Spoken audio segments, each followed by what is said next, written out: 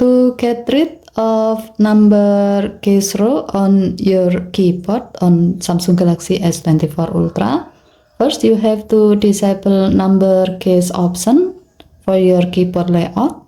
To do so, swipe down the top of the screen and then tap setting icon. Scroll down the screen to find general management. Tap general management and then tap Samsung keyboard setting. Scroll down the screen. Under style and layout section, tap layout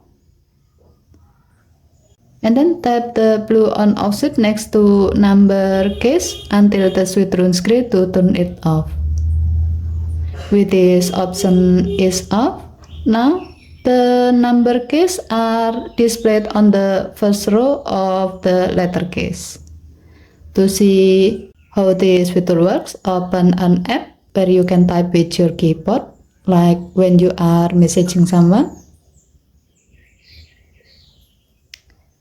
Tap the text field to show up the keyboard.